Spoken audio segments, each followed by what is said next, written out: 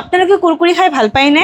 এতিয়া কুৰকুৰি খোৱাৰ লগতে নিজৰ এটা ধুনীয়া বিজনেছ আৰম্ভ কৰিব পাৰিব। আমি সকলোৱে জানো, আমি সকলোৱে কুৰকুৰি খাই ভাল পাওঁ, কিন্তু কুৰকুৰিটো কেনেকৈ বনায়, কোনটো মেচিনত বনায় আমি নাজানো।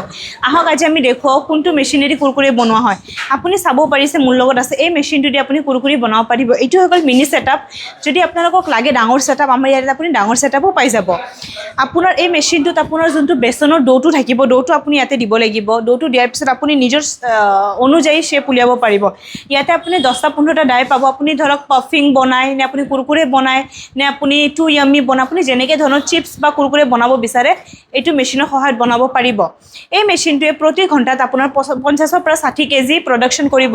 যদি আপোনালোকে ডাঙৰ ছেটআপ ল'ব বিচাৰে, ডাঙৰ ছেটআপৰ প্ৰতি ঘণ্টাত আপোনাৰ 150 কেজি আপুনি প্ৰডাকশ্যন কৰিব পাৰিব।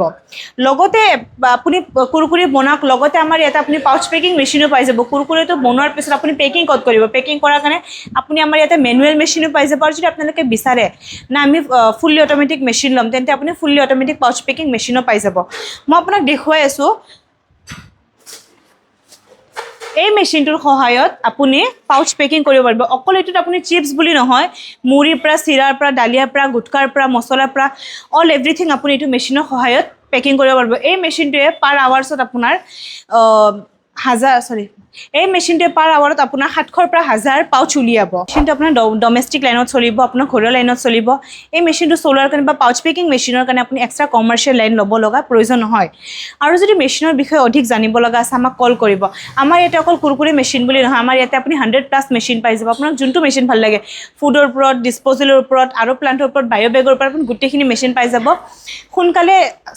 দেৰি নকৰি সোনকালে আমাৰ অফিচ ভিজিট কৰক, আহক আৰু আপোনালোকে যোনটো মেচিন বিচাৰে ল'ব পাৰিব। আৰু আপোনালোকে যদি বিচাৰিছে নিজৰ বিজনেছ এটা আৰম্ভ কৰিম, মা কামাখ্যা মেচিনেৰীৰ সৈতে নিজৰ এটা বিজনেছ আৰম্ভ কৰক। আৰু সবিশেষ জানাৰ কাৰণে স্ক্ৰীণত থকা নম্বৰত কল কৰক অথবা আমালৈ হোৱাটছআপ কৰক।